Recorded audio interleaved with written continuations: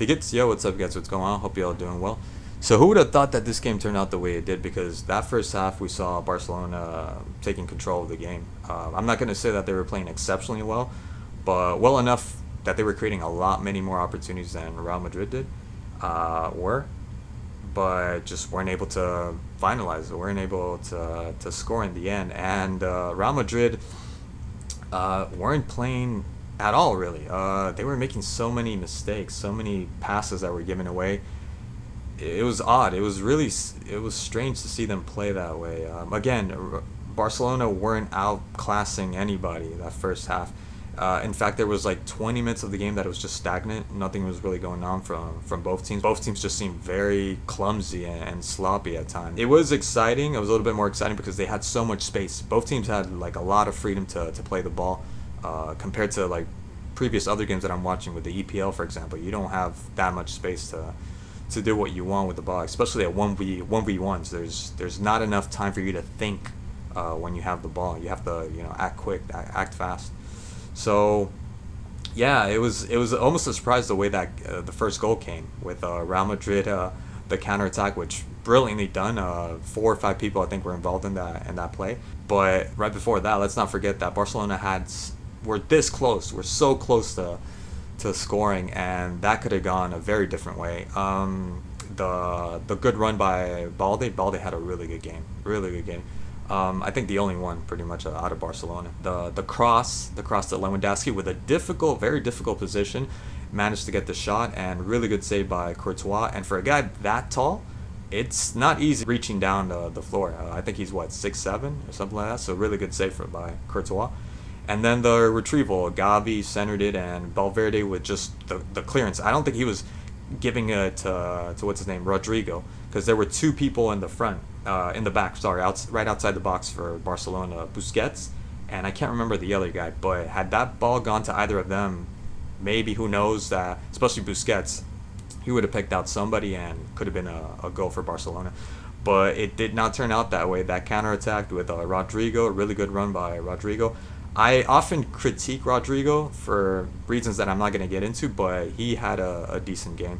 To Benzema, and then Benzema back to Vinicius, and Vinicius to Benzema, and really good decision from Benzema. I thought he was going to take it. We know that when Benzema has the ball in the box, he doesn't stutter. He doesn't dither whether hesitate, shooting the ball. So really good decision bringing it back to Vinicius, which left Vinicius completely by himself. I'm not too sure about the way he finished, but well, it got the job done. So really unexpected. Like the way Real Madrid were playing, I did not expect them to be up by 1-0, and it seemed that 1-0 right at the end of the first half piggybacked onto the second half, because when the Benzema goal came, really good pass by Modric, good play. And just the way he finishes Benzema, I mean, he had a really good game yesterday, right? The finishing, the detail in the finishing, he makes it look so easy, and it's not. When you see someone like Vinicius, that goal that could not have gone in, he just makes it look so, he's just so confident and just knows the ins and outs of what may happen. He has like, I think 2-3 plays running that in his head, if the first one doesn't work out, and it's just so quick to act on those plays. And after the second goal, that was it. Barcelona were pretty much done for. Yeah, like I said, Balde, man, this kid, like Barcelona, I'm not a fan or anything, but do whatever you can to keep this guy, because this guy is he's world class. I think in the future, one of the best wing backs in European football, in the world, easy. Balde, just the way he runs with the ball, the speed. That's what I thought Rafinha had before going on to Barcelona. And watching some of these highlight videos, I thought he had more or less that speed that Balde possesses. Not necessarily Mbappe speed or Dembele speed, but yeah, and just, Balde doesn't do any trickery. There's no like super skill or anything. It's just running with the ball and knowing when to make that run with the ball. And then the centering, his crossing is exceptional. It's really good, and just knows how to position himself. Has the legs to go back. Has the legs to to counter, to attack. Really good game by Balde. For me, the best player out of Barcelona. Don't sell him. Barcelona, keep this guy. Like I said, Barcelona were just out of sorts. after that game. They just seemed lost. Confidence was lost. Gavi started getting into some that was the first half though. Just losing his calm. I mean, he's 18. I know he has a lot to learn, but still at that level, you would think with the people you're surrounded with, you would kind of learn to know how to manage those emotions, you know. And he was letting things get out of hand, you know, too soon in the game and affecting his game. I don't think he's that great. I think he's overhyped. But again, I don't want to be too quick to judge him because I'm not really watching any La Liga games. I've seen Gavi play maybe 2-3 times, and I'm making that comparison with Pedri. Maybe it's not fair, but and then I'm thinking back when he won the Best Young Player or something award, and Camavinga came in second, and the way Camavinga played this game, which probably man of the match or easily the best player of Real Madrid, aside from what Benzema did, and Vinicius also had a good game. Yeah, Camavinga should have won that award easily. But I wasn't watching football back then. I have no idea what the hell was going on. Maybe Gavi was having an exceptional year.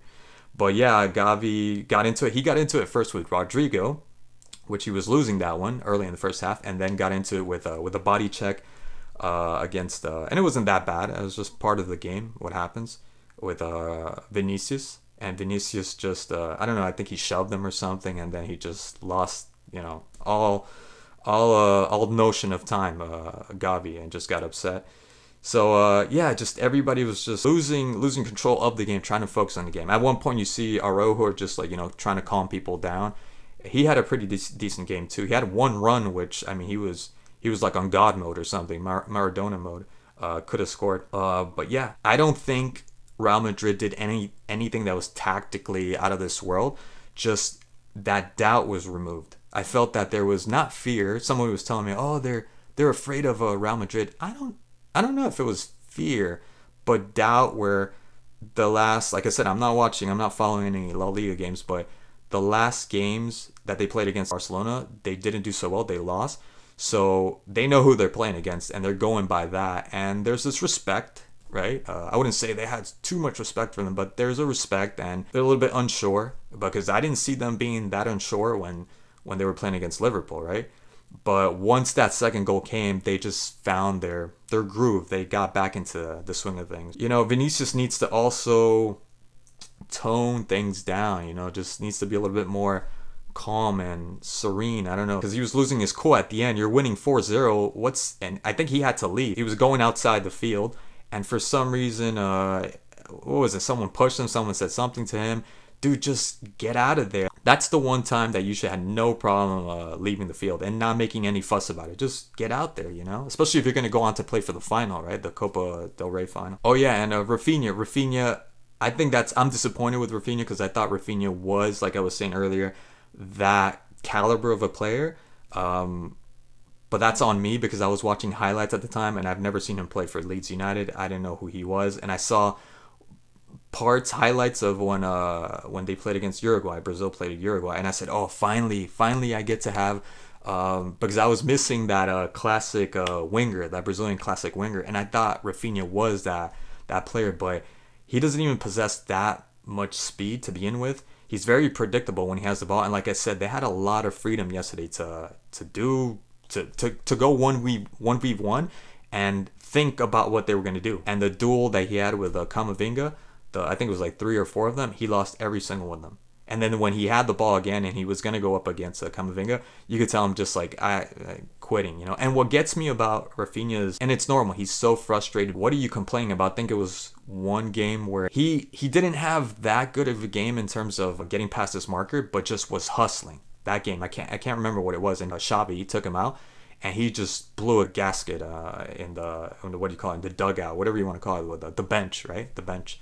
And I mean, what are you getting mad about, dude? Like you previously, from other games that I was seeing previous to that game, the one that Xavi took him out, you weren't playing that well. So, you know, I'd be quiet about that. You can't really complain. At that level, you have to perform. That's just the way it goes. You got to clock in and you got to perform well. You can't just be lazy about it. Not calling him lazy, but, you know, his performance. You can't have a below par performance, right? So, yeah, that's my gripe, and kind of disappointed with the player that he actually is, you know. And then the Davies, when I saw him playing against Bayern, that's when I decided. I said, oh, this guy is not, he's not a Barcelona player, not at that level. He's not that kind of like Dembele. I was thinking he was going to be Dembele, but maybe he needs time. Who knows? There's so many factors there that are involved. This game was, yeah, it was good. It was good. A little bit muddled. The first half stagnant, and then the second half it picked up, and Real Madrid, ended up doing what they did. That could have been a 5-6-0 easily, and congrats to Madrid fans, I guess. But yeah, anyways, guys, thank you so much for watching, and as always, I'll see you in the next one. Cheers.